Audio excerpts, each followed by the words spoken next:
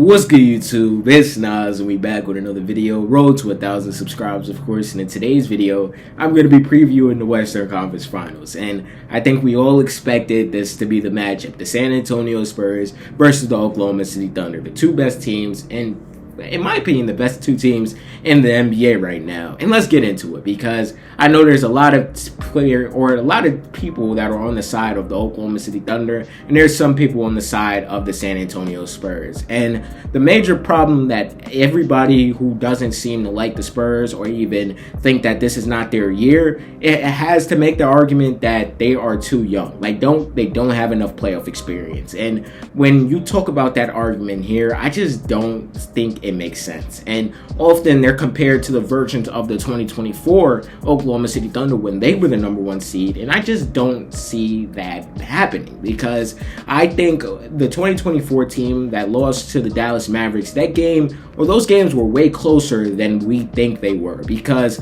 honestly, without PJ Washington averaging 18 points per game that series, the Oklahoma City Thunders probably come on top that series. But that's needless to say that didn't happen. And they were obviously also playing with a liability on the court, or he looked like a liability in the series, in Josh Giddey, because Josh Giddey was not good that series at all. He was not good that playoffs, actually. And we all know the controversies about Josh Giddey that was that season. But when you look at the swap they made for Caruso, that pushed them off the top. They got more physical. They became better defenders. Obviously, you added Hartenstein and at free agency, so you obviously got a team now. But when we talk about the San Antonio Spurs, I don't see that weakness, or that same weakness that obviously the Oklahoma City Thunder had that season.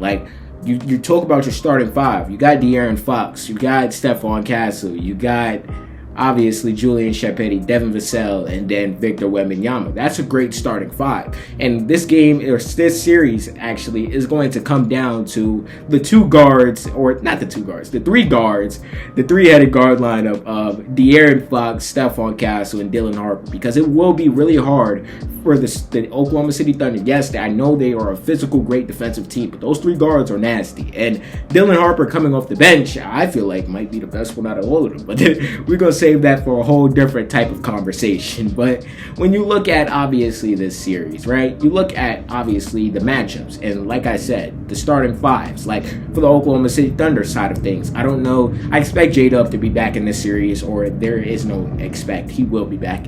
I expect them to go game one would be Shea, AJ, Dort, obviously Chet, and then Hartenstein. And this is where matchups come to par, because obviously if Hartenstein can't stick with Wemby, I think they possibly do go smaller so they can match up even better, because AJ Mitchell is not no slouch of a defender. Obviously he has the offensive bag to match up with obviously the best in the NBA, or the best, let's say anybody in the NBA, but obviously we know what it is after the Lakers series. But the MVP candidates, when we talk about Shai Gilgeous-Alexander, obviously in this postseason, he hasn't had really his postseason moment, except for, he had one in the closeout game against the Suns when he had that 40-piece, he showed up there. But besides that, he has really been disappointing this series, or this season, as a playoff performer. But obviously, they just swept their last two opponents. We're not going to talk about that. But we got Wemby's side of things, and Wemby just played one of the best defensive series, I feel like, ever. He didn't allow anything in the paint for the Minnesota Timberwolves. And we know the Timberwolves didn't have shooting, or the same amount of shooting that the Oklahoma City Thunder have now, with them adding Jared McCain, who was on fire during the Lakers series. So I feel like it's all subjective who you pick, because I feel like I wouldn't be mad if you told me that you have the Oklahoma City Thunder winning this series or the San Antonio Spurs winning this series. Obviously, you're going to expect your star players to step up, but you're going to need your role players to step up too.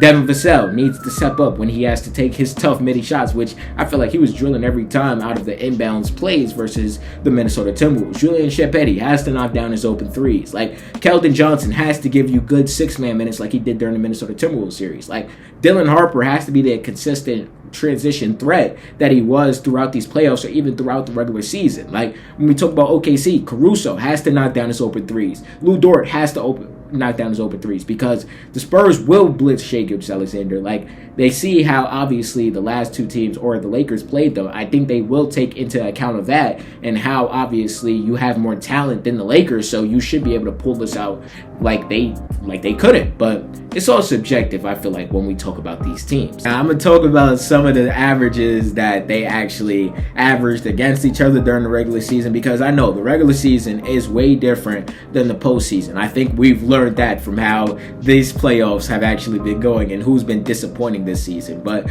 obviously, let's talk about who will most likely win MVP tomorrow. There most likely will be a video on Monday about that. Shai Gilgeous-Alexander, first matchup 29, not struggling with efficiency. Second matchup 33. Third matchup 22, where he actually did struggle with efficiency, and then 34. So obviously, you look at that. You look at Shai Gilgeous-Alexander is going to get his buckets. You just hope that Stephon Castle can actually make it hard on him, and obviously have to make him work for his extra buckets, because I think we know at this point what this Oklahoma City Thunder's philosophy is when it comes to Shai. They have designated ISOs for him to go to work, go get into his spots, and go get a bucket. So you look at that, and obviously the players around him, like the Jared McCanns, the AJ Mitchells, who can actually go get his own shot, the Jalen Williamses, the J Dubs, who are actually going to have to get a bucket.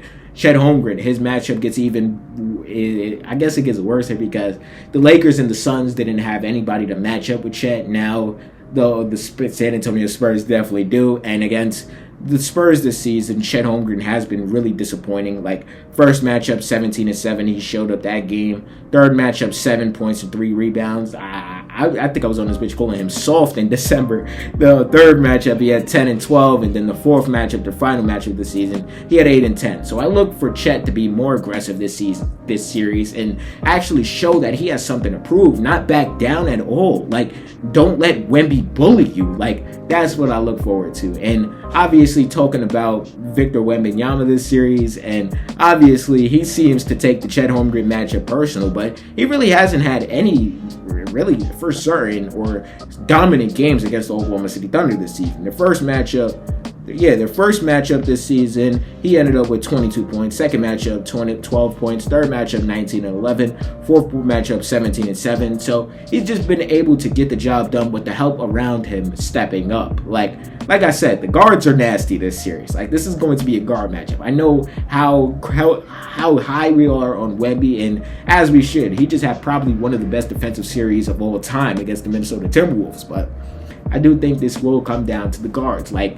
last series just came down to, I felt like the Trailblazers series, it did come down to nobody being able to stop Wemby, but obviously the superstars are going to put it on display. I don't think Chet Holmgren can guard, obviously, Wemby, and I don't think Stephon Castle can guard Shai Gilgeous-Alexander. So I look for each of the two superstar players to at least carry their teams to wins, and I expect this to go 7. Like, first thoughts, but we'll see after game 1 how this series usually goes, because honestly, we can't overreact to game 1, because we saw what the Spurs looked like in game 1, and then obviously how the Oklahoma City Thunder were struggling. It seems like Shai Gilgeous-Alexander feels out game 1, so we look forward to that. But with that being said, who do y'all have in this series? Because, like I said earlier, I wouldn't be mad if you picked the Oklahoma City Thunder to win this series in 6 games. I wouldn't be mad if you picked the San Antonio Spurs to win this in 6 games, because I feel like these are the last 2 teams, the best 2 teams in basketball. Even though this is only the Western Conference Finals, I do think the Western Conference will be the finals winner, regardless if it's New York, regardless if it's Detroit or Cavs, whoever wins that series tomorrow. So when you look at that, I look to see, who do y'all have in the Western Conference Finals? My first thoughts, I would probably say the Spurs in 7, or the Spurs in 6, because I do trust the supporting cast around Wemby more than I trust the supporting cast next to Shai Gilgeous-Alexander. And that's not even me calling the Thunder supporting class whack, because I think we all know how good they are. Like, they have like 12 or 13 rotational players, but I do think there's more depth, or more quality depth, I would say, for the San Antonio Spurs. But y'all let me know y'all predictions down below for this series. I thought I should just make this video since there's no games today, and Monday I'm most likely not going to be able to get this out. So I hope you guys enjoyed this video nonetheless, and y'all let me know, who do y'all got, the San Antonio Spurs versus the Oklahoma City Thunder? Subscribe. What's good, y'all? If y'all made it to the end of the video, I hope you guys enjoyed this video. And there's a video right here. I'm pretty sure you're gonna like it if you like this one. And the channel icon's right there if you want to just check out the channel in general. And yeah, leave a like too, because it really helps the algorithm push me out. And yeah, I appreciate y'all for watching this video nonetheless.